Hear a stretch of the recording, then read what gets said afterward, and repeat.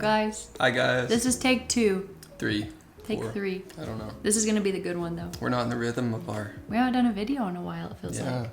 But we're here but we now. sure missed you guys. It's almost been a year of us living in Nepal, which is crazy. Igaro Maina in Nepali, 11 months. I got Sierra distracted, and now I'm drinking our coffee. She doesn't even know it. Yes. But we wanted just to share, as we kind of come to the end of our first year in Nepal, what some of our highlights were, what we feel God's saying for this next year. And then I shared my highlight, and then Doug was like, oh, I want to share my highlight. So I'll let him go first. What's your highlight, Doug? Yeah, I guess we didn't really think a whole lot before we started recording. We'll just tell him what it is now. Yeah, Jesus. Jesus. Discovering who Jesus is in a deep way. Because you have to. Because we had to stay here, to make it. He was really merciful on us, and he's shown himself to us. And just learning how to do what we were doing, but having to relearn it through relationship has been really beautiful. And in learning how to do, relearning how to do all these things, all these things that I thought I was good at, or we thought we were good at, and having to relearn it relationally, it actually has kind of made the ministry that we do much more relational, to the point where I'm like, I really don't want to do anything if it's not fun and it's not with friends. Like, even the hard things can be done relationally, and love is what he's showing us, and he's just such a faithful friend. So we're very thankful. What was some of your ministry highlight moments, or things that we got to put our hands to this year? I think, even with our friends Moicha and Gunna, and all the ups and downs with them getting baptized that day, Moicha throwing her hands in the air when she got baptized, and seeing how she's walked it out has been really cool. And then the conference, starting a conference, telling people that whatever you talk about has to lead people to the person of Jesus and not to identity or self, and really kind of being adamant about that, and not knowing what that's going to look like. But then at the end of the conference, hearing everybody's testimony is just, I want more Jesus, and seeing how they've pursued without being even pushed, how they've just jumped into whatever he's showing them, and not because they're trying to accomplish anything, but because that's where he is, that's where he's moving. So that's been the highlight of the year, and of my life. Yeah. It's been it's been a real blessing to get to do this and to do it with each other. Yeah, Jesus is just, he's so good to us. Amen. And you, what's your highlight of the year? What's your top, your inner and outer? I think Mosquito. he was about to kill a mosquito. It's mosquito season, so we're on the prowl. I'm getting the spiritual gift of killing mosquitoes. God's drawing them to me so that they die. I'm glad we get on video what it looks like when you go for a mosquito, so you can watch it later. Okay, I think two highlights personally.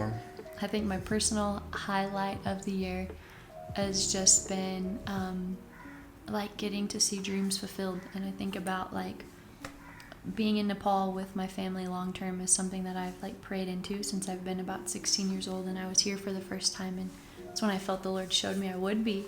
And holding on to a dream for 14 years now. I turned 30 last month. But you couldn't tell.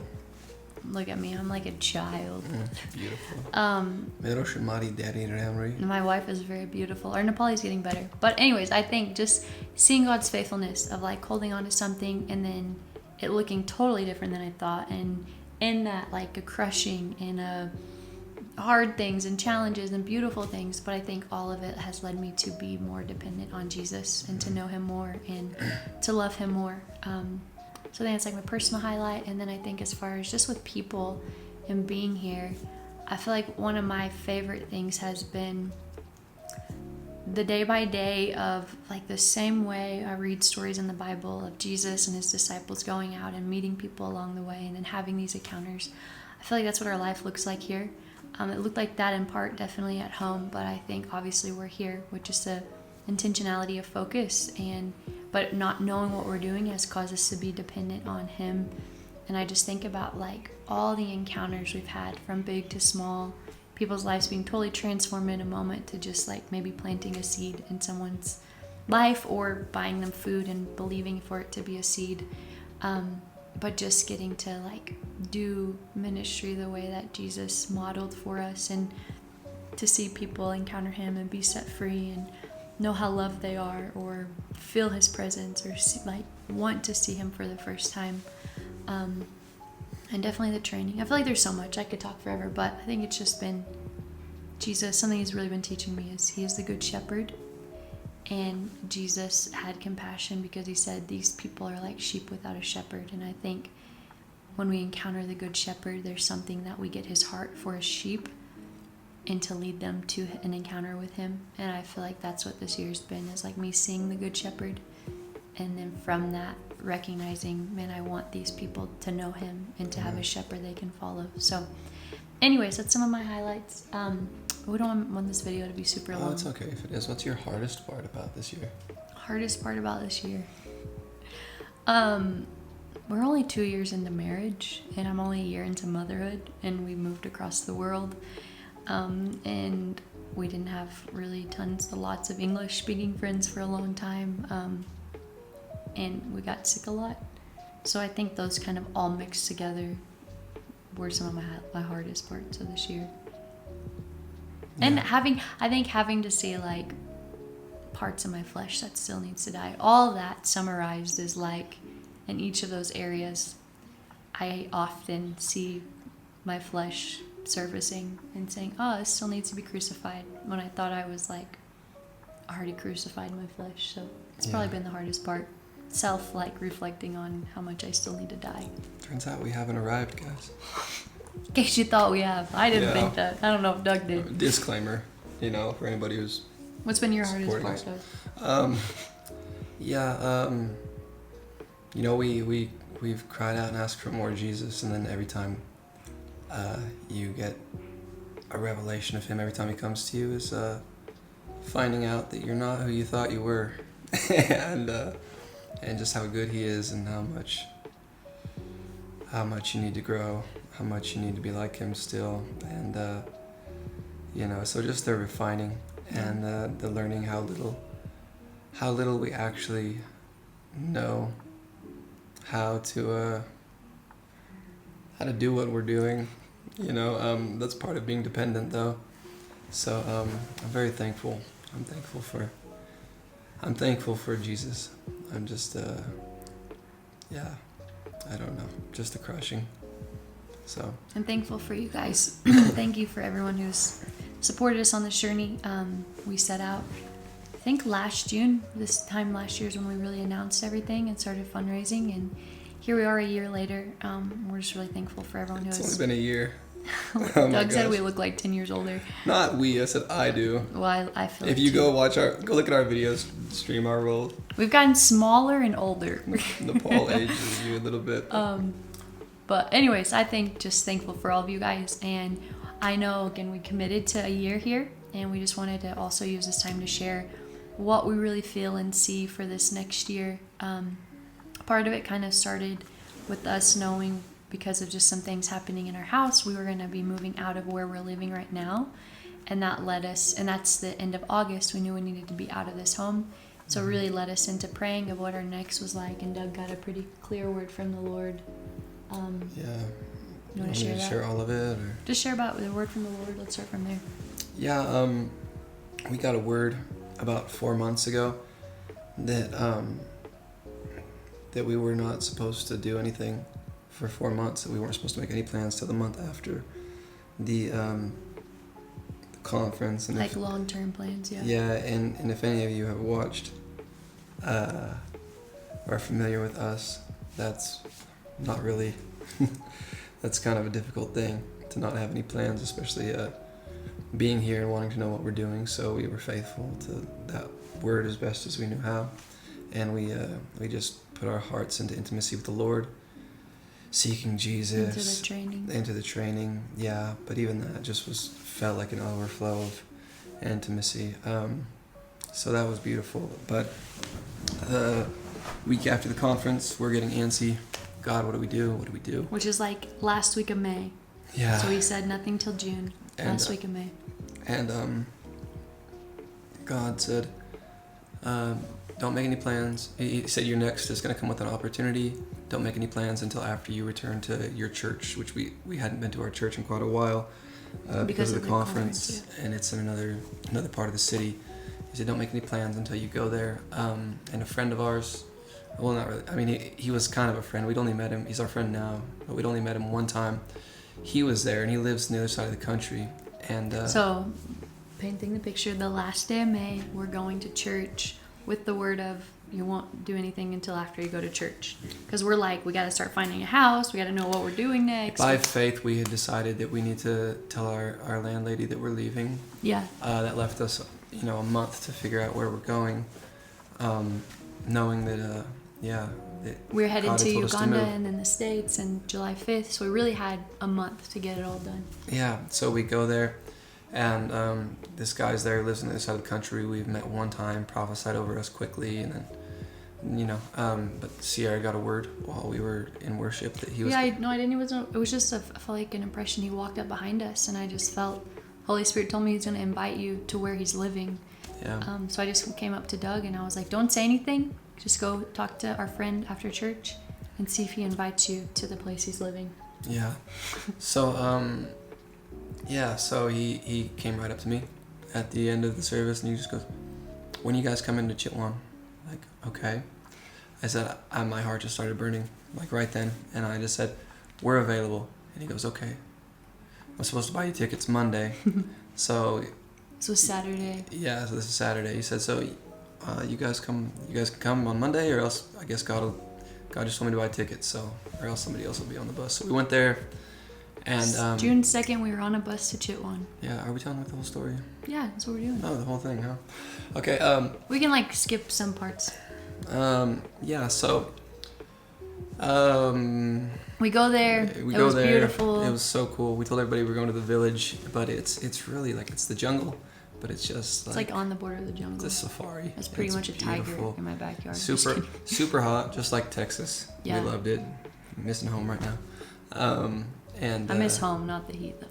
It was wonderful. So good. God just really. We were there for 3 days. God just did some stuff in our hearts. It was. Yeah, sorry. You go ahead. No, you tell. It just felt very personal. There wasn't any big we know what our next is. It was more of man, God, this was such a gift of a trip. We got to talk and pray through our marriage and pray for this next season, pray for our baby, be present to a friend, but there wasn't really anything super clear. Yeah. Then we came back home. So we were coming home, and we were praying, God, we knew that it was the Lord, that we ended up there, that he said Saturday. So we were just praying, and he said, go home and pray. And on the way home in the bus, I just saw a picture of Jesus just in a church flipping tables, which has always been kind of an uncomfortable place to sit with Jesus, because we're always like, Jesus never would have hurt anybody, Jesus, so, but it just led me to kind of sitting with him that week of, in that place where Jesus is making a scourge and flipping the tables. And as we came home and started praying about Chitwan, doors kind of started closing. A lot of the discipleship we're doing here has turned into one of the families we sponsor has decided to move out of the country. And God just gave us confirmation that we should bless and release them. So we're doing that. The other family we sponsor, they're in community now. And, just a lot of people. We were discipling from the conference or going to a training for the next 6 months. They're in DPS now. Yeah. So as doors started closing, we started praying about Chitwan, and then we heard God say, go back. So we went back, we drove our scooter 7 hours. 6 hours. It took 7 hours the first time. Yeah, we were through the mountains. Covered in smog. Yeah. And dust. And the baby. We're better parents now. We'll take the bus next time. But we took our scooter 7 hours across the country through the mountains and the rocks. That's probably why we look old. Yeah. So we get there, and we got a hotel, and we're just no doors are opening, and we're like, what are we doing? and in a hotel room just praying, seeking the Lord, and got a confirmation, a message. See, I got a message from a friend that just said, I was watching, you want to share it? Yeah, I was watching a show and Jesus was in the show flipping tables, and I just had you on my heart and I couldn't get the impression out, so I felt like I was supposed to message you and tell you basically like, be strengthened, you're doing the right thing. And it was like we'd been there a couple days, right as we were beginning to doubt, like, are we making this up? Are we supposed to be here? And that was like the word Doug got for that region. Yeah. And then someone just sent it to us that very night we needed to hear it.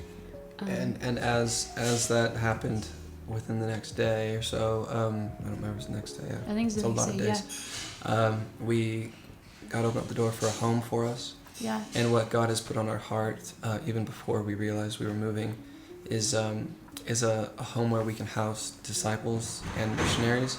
When our missionaries are coming in, when the team's coming in, they stay in a hotel. We pay for transportation. We're back here at night, and it just ends up to where we can't really be like a family. And we want to do ministry like Jesus did, over meals, and we want to connect. We want to connect with each other's hearts. We want to connect with the heart of Jesus before we're commissioned out every day. We don't want to make this like work. So God has just been showing us that's how he did it. They stayed together. So we want to do this. We want to do this with people in our home. And so he's opened up a door for a home that's going to have room for like 8 or 9 people. We believe there's going to be at times foreigners, at times Nepalis, just really with the heart of long-term discipleship. And it was prophesied that we would have an upper room by 2 people. Prophesied that there would be an upper room like a chapel, and this place has. It's like a 2-story house with a single like upper room at the top. And so really excited. It's beautiful. We're thankful for it. And we're going to be able to really, I feel like what the Lord showed us is definitely our heart is still for this region. We're currently living in Bhaktapur, but with the heart of ongoing discipleship with the local church here, the connections we've made the last year or had already had with pastors and leaders in this area to work alongside them. But in this new region of Chitwan, in the specific city is Bhaktapur, did I say it right? Bhaktapur. Yeah. We're going to be focused on building and being established and really discipleship. We just feel like that is where the Lord has called us to establish a base. But even the things coming out of that will flow into the rest of Nepal, back into Bhaktapur, back into the churches we've been helping with and serving alongside. And then with the disciples from here, anybody who's, aging out of the kids' home or going through, finishing with DTS and wants to do a long-term discipleship, they could actually come and stay in our home for a while. Yeah. Which is, that's... One more thing that was really cool is our last day in that region before we came back to Bhaktapur. We met a girl. She's a Nepali woman. She has an organization around like anti-human trafficking and working with local women. And we met with her and another woman on their team. And we just went and prayed with them and had lunch. And she said we pray every week. And last week we were praying specifically for God to send more people, more laborers into this harvest field. And it goes back to the original scripture that God gave Doug of 4 months and then the harvest, and then her prayer was that's actually why we didn't make plans for 4 months. Yeah, was because of that verse, and she'd been praying that. Matthew 11. Yeah. So at the end of 4 months, we're moving to Chitwan, but really excited. We wanted to share with you guys because obviously with anything God's calling us to do, we know we're not called to do it alone, and we know we really need your guys' support in multiple ways. I think we've never known the value of prayer and having people pray for you as we have learned this year, and knowing everything that God does really is birthed in prayer. That is the work he's called us to, right? We labor unto rest, but that rest comes through prayer. Being on our face before him for a people, for a region. I think there's definitely a new city. There's going to be new things we face, new challenges, but also with that new opportunity. So really praying into the region there, praying for hearts to be soft, praying for divine connections and encounters and strategic ways for discipleship. We both really feel when we get back and get planted in that region to do some kind of weekly or every other day like class in the city separately. So we're making relationships. We're taking either like a language school or something that just puts us with people to really start getting relationships. And so just asking you guys to join us in that in prayer. Yeah, God has shown us this year that Jesus didn't make converts. He wasn't making people, come to him so they could say a prayer to get him into their heart and be forgiven. Even when Peter encountered the Lord with the multitude of fish, it wasn't like, let me teach you a 5-part sermon. It was follow me. And so we're learning, especially in a culture that in the Western culture, people know Jesus, they've just turned away from him and they need an encounter to get him back. But here, somebody gets prayed for, they get healed, great. Now what? They have no idea what happened. They can go to their Hindu temple and go, guys, I just got healed by some dude named Jesus. Let's worship a dog now. So they just don't know. So that comes from discipleship, not from conversion. That comes from not from saying a prayer. That comes from living life with people. And God has shown us the value of being friends. Not, hey, can I pray for you? Which is like, there's nothing wrong with that. We need that. We so need that. But hey, would you like to come to my house for dinner? Would you like to, and having... Going low and slow. Yeah, going low and slow and being inconvenienced and not a couple times a week, but as a way of life, which is stretching us. We're not there, but Jesus, it was not inconvenient for Jesus. It was just what he prepared for. And we feel like that's what he's preparing us for, is to do ministry the way that he did. So be praying for us for capacity. Yeah. Yeah. And then I think definitely the other part is the finances. We raised the funds needed for 1 year of being here, and that year is coming to an end. We have had some people start supporting us monthly, but not to the full amount that we're needing. We've also taken on new projects like His Table this year, where we're sponsoring families, school, and food.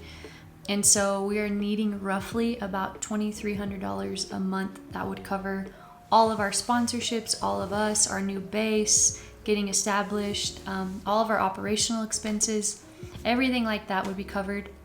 But really, and another part of that too is we started our kids' home in 2018, so over 7 years ago.